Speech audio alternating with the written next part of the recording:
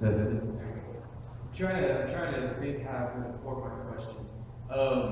When you were talking at the beginning about the secular and the sacred and how that's how some of our, I guess, Christian culture separates things, it has made me think about in the past as a person who I like to watch different movies, and sometimes I've seen the church make that separation. I remember a couple of years ago when Da Vinci Code came out. I was in the church and the pastor told people not to go watch it. I was thinking, should I tell people I'm seeing this with my friend this weekend when I go back home? I was in college. I didn't really like it, but I thought it was weird that that distinction is made. And that's also on my mind because recently the movie Noah came up, and that's been on Facebook. It's been like a big discussion because it seems like everyone rushed to it because it was a Christian movie, apparently. But then they found out that it wasn't the actual story from Scripture, and the producer was an atheist. And so I'm curious with those kinds of things in art, what do you think about those kinds of discussions, and where do you put those with your presentation? Yeah, that's a great question. Part of the reason, initially this talk did not have that beginning. It didn't talk about the sacred secular divide.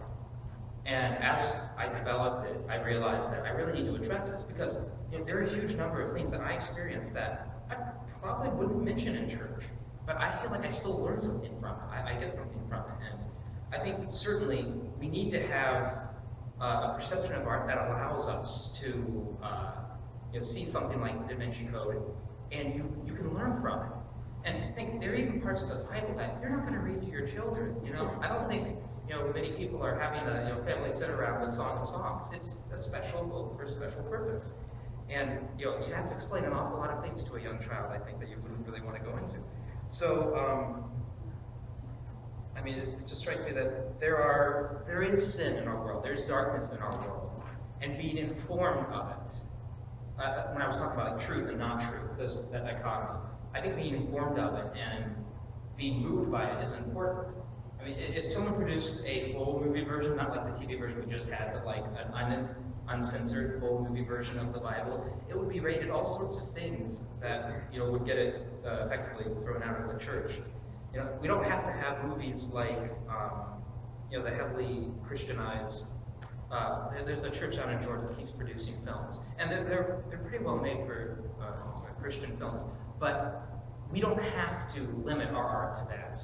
There needs to be room for Christians to read something like Allen Ginsberg's Howl, which is a very inappropriate poem, but was very important in the 20th century. If we can't consume that and understand his worldview and understand the benefit we can get from seeing what we're not like, or perhaps what we're like at our deepest, darkest core, then we're limiting ourselves in a way that we shouldn't. Jesus experienced a lot of things that I'm sure were not kosher in the moral sense, right? When it says he goes to these parties at sinners' houses, I don't think these were calm sit-down events. He was there for a reason, to be a witness, to encourage and to share the love of God with those there. But I don't think they were tame just because he was there. I think we need to be able to get into one.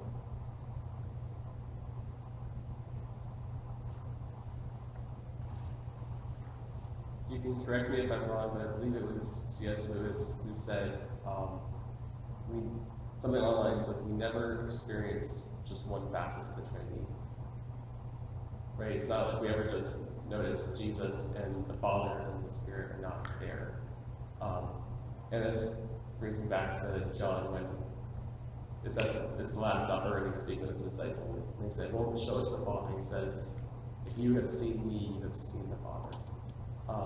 So when you were discussing your tripartite means of approaching God, that's kind of how I view it, and I was just wondering if that's similar to you, that Zoe, Alethea, and Portos are all, in a way, if you have one, the others are close by, and it's not like they're three separate paths, but it's like maybe three lanes on the same road. I think that's a great way of putting it. And that's part of why I'm so alarmed by the trend I've seen that tends to emphasize hodos to the detriment of aletheia and zoe. It's actually a Platonic argument. Plato, in his work Protagoras, argued that you can't separate any one virtue out from the other. For instance, you can't be just and not patient, because at a certain level, patience is being just with your time with someone, or you can't be joyless in love. Love wasn't really a virtue of Plato, but it's the same concept. If you're totally joyless, are you really able to love properly? Because there's a joy in love. And it's just the idea that goodness is goodness, and if you're fully experiencing the aspect of goodness, then you're experiencing all of its aspects. But being humans who have this problem with truth, with believing it properly and seeing it, our vision of the world is not the world as it is, it's the world through whatever colored glasses we have on. And I think that we just simply lost my train of thought, I'm sorry. Got caught up on my rose-colored glasses reference. Since we're unable to see the world as it actually is, we often convince ourselves that this is the only thing that is present. We convince ourselves that, it's only following after Christ, and we dismiss these other concerns, where really they should be present. We shouldn't allow ourselves to tell that lie. And when like for instance, I've been focusing more on beauty lately, because that's part of what I study, everything, and just experiencing these aesthetics in my daily life. And I find that it does help my walk. You can't be fully, enveloped in the truth of Christ or in the beauty of Christ and not want to follow him more and not have it change you down to your core so that you do become more and more than like him. And the same thing, I would imagine that the more you walk after him, the more you do appreciate the beauty of the world, the more you become like him at heart, with your virtues, the more you appreciate the truth and the beauty that you see around. I think they should be complementary, because the Trinity is complementary. There's no tension there. There's no conflict. They're perfectly unitary and perfectly through the Trinity. So.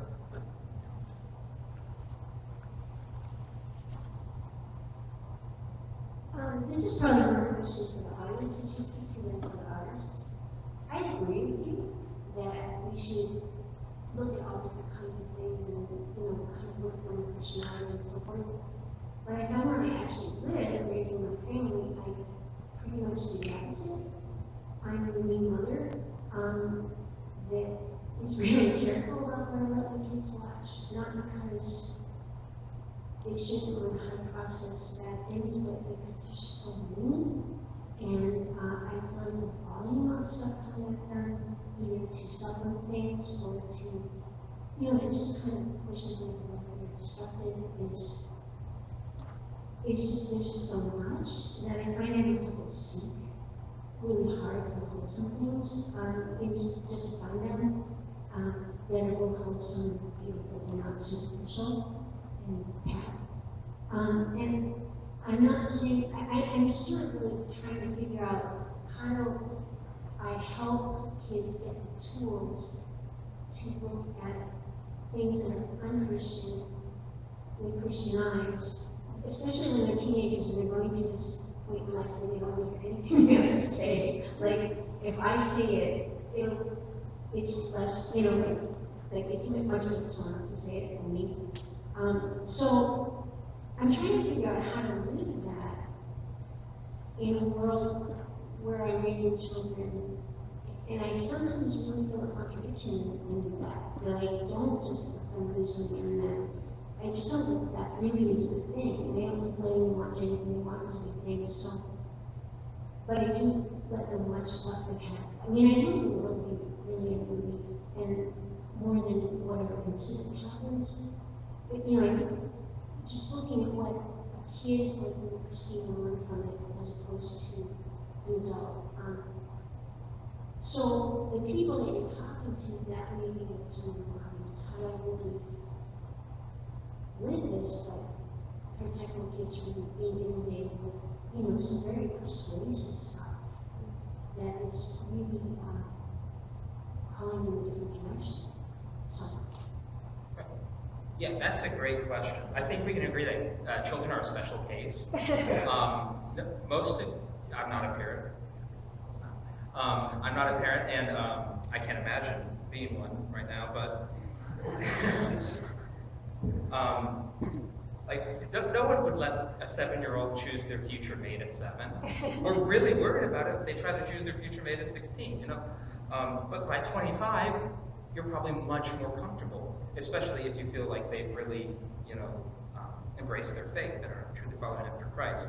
I think, you know, children, that's part of why we're, you know, parents are there, is to kind of, you know, filter for them, you know, to teach them, you know, this is why we don't do this, or this is why we do this.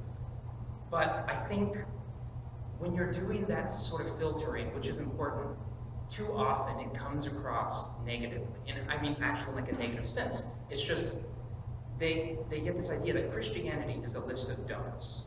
And for me, and my personal being raised, I was raised in a Christian family.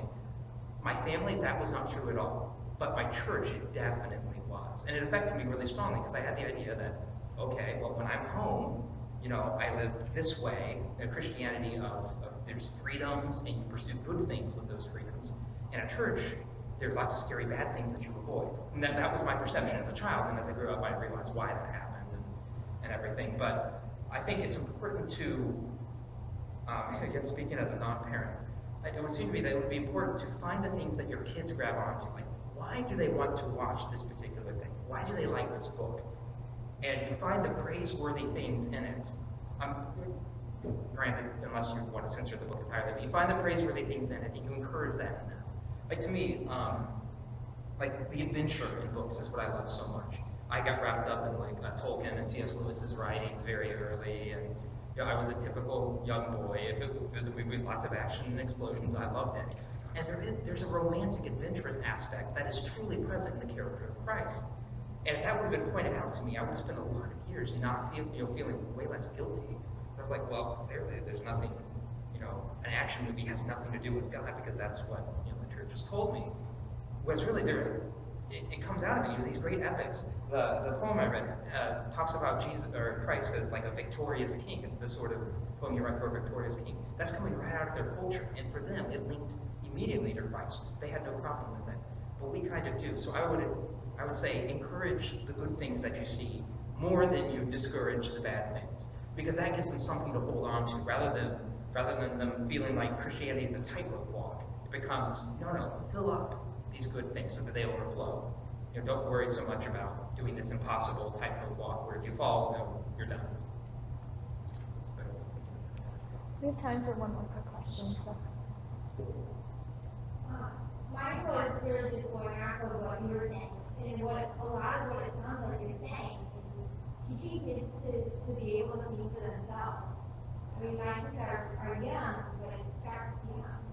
So I want to shield them from a lot of the bad that's out there, but I also want them to be able to think for themselves so that when they do encounter it, it's not just that they've been told what to think, but that they'll know, okay, what do I actually think about this in regards to, you know, what does this have to do with my faith journey? You know, how do I actually feel about this? Do I like this? Do I not like this? Because if I, as a parent, and was teaching them how and what to think instead of how to think, I feel that they'll be much better prepared when they do face those various trials and temptations and all those things that the Lord has to offer them. So I feel like that's not what you're saying. Yeah. I think an analogy comes to mind where bank tellers, when they're trained to recognize counterfeit money, they're not given counterfeit money and real money and told to compare. Typically, they're given the real thing and they become absorbed in this. Know every single fiber here so that when you see the real or see the fake thing, you know it's not this. And I think that's a better way than saying, okay, so you can't watch this, or this, or this, don't watch this show, don't read this book, and don't listen to this music. Instead, find the things that are truly good, or find the truly good in things that maybe are middling in some way, and praise that, bring that out. I think that's our best route forward. So there is something to hold on to. There's something, you know, a golden nugget.